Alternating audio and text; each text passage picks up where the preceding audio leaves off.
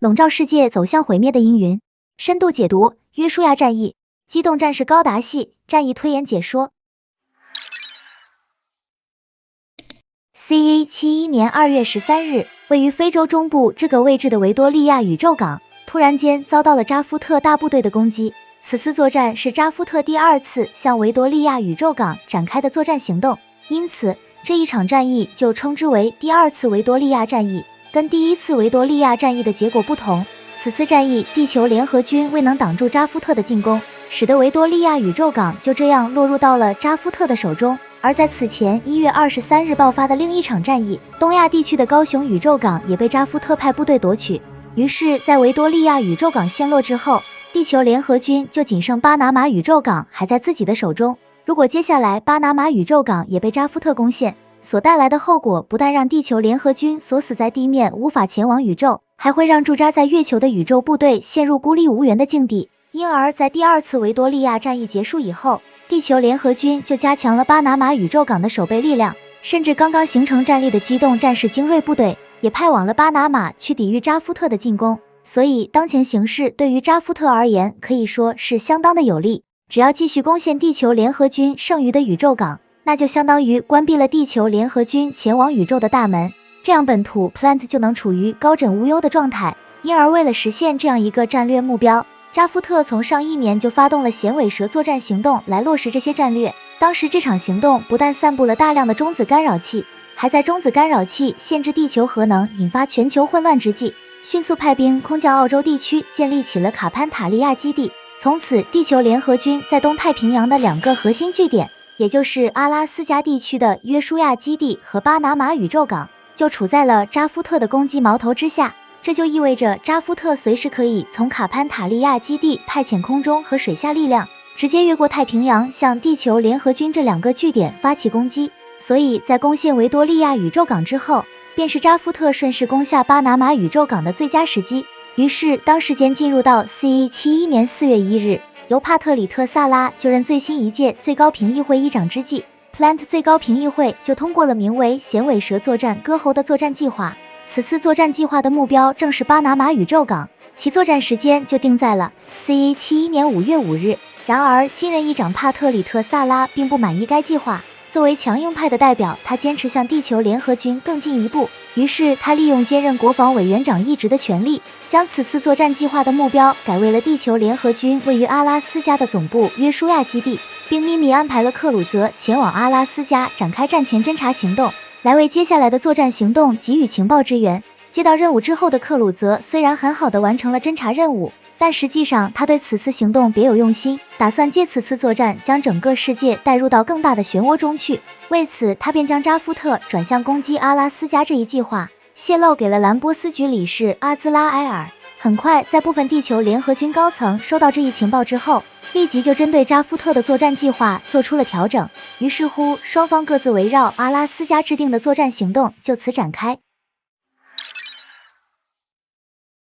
就在克鲁泽完成侦察任务并返回到扎夫特基地后，扎夫特便马上制定了攻打约书亚基地的割喉作战计划，并且在卡潘塔利亚基地集结了所有可调遣的机动兵力。光是这个基地集结的机动战士部队所涵盖的军种范围，就横跨了陆海空天这4支作战力量。由此可见，扎夫特为了一举拿下布有重兵防守的约书亚基地，所投入的兵力已经远超了之前战役的规模。而且除了卡潘塔利亚基地集结的部队之外，还有驻扎在地球轨道的空降部队也会投入到这场战役，其场面看起来足以让人感到震惊，能让人很明显的感觉到扎夫特为此次作战摆出了一副一战定乾坤的态势。不过约书亚基地毕竟是地球联合军的总部，其整个基地和大多数设施都隐藏在了地下，难以直接发现。如果不先查明敌情和地形环境后进行针对性的部署，那纵然扎夫特有数倍兵力勇于进攻，也难以突破约书亚基地固若金汤的防御体系。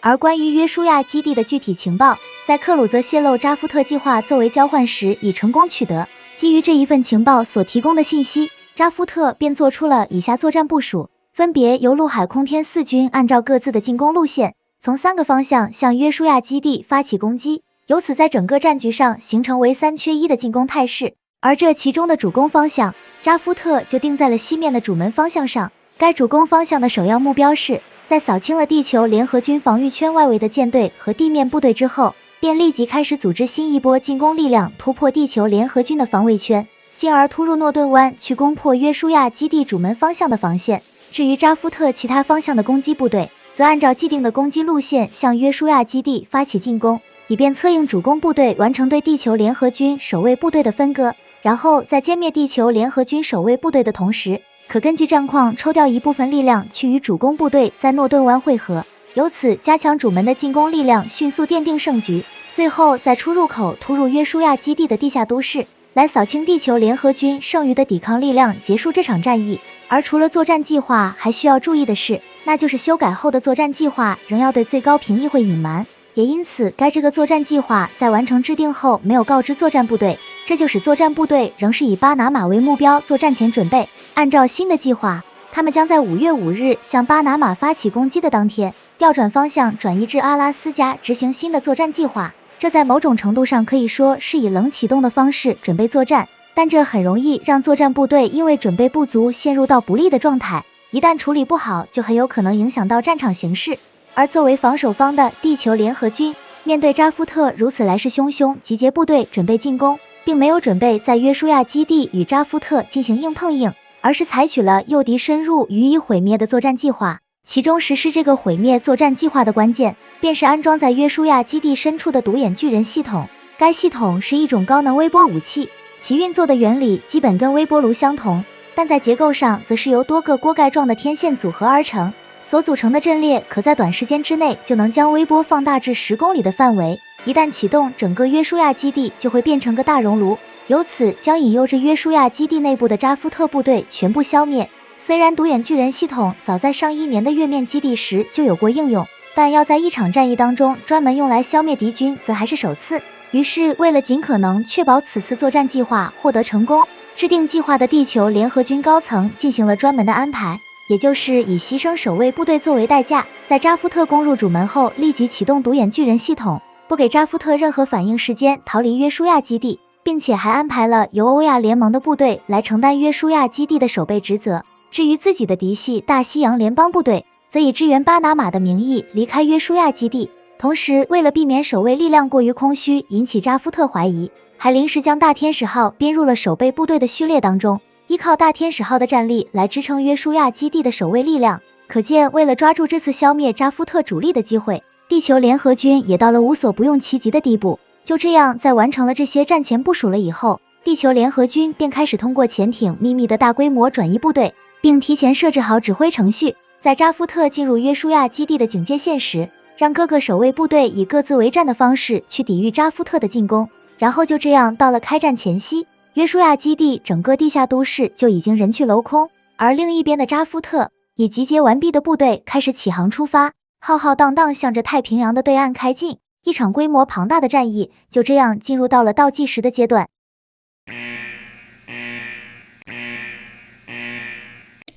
CA71年5月5日，扎夫特各个部队均抵达了原作战计划的攻击阵位，所有人都像往常一样屏着呼吸，等待着出击命令。然而，也就是在这一刻，最高指挥官帕特里特·萨拉向全军下达了新的作战命令，正式公开作战目标为地球联合军位于阿拉斯加的约书亚基地，并将修改后的作战计划下发给各个部队。尽管全军在接到这个作战命令后的表现有所迟疑，但还是很快做出了调整，立即调转方向向阿拉斯加的约书亚基地出发。于是在经过了3天时间后，也就是 CA71年5月8日，扎夫特所有部队抵达阿拉斯加地区。紧接着约书亚基地的防空警报开始响起，扎夫特所发动的割喉作战行动便正式开始。就这样，留守约书亚基地的防卫部队转入战斗状态，等待扎夫特进入射程后发起反击。于是双方各自为这场战役准备的剧本就此展开。首先，来自运输机和近地轨道的机动战士部队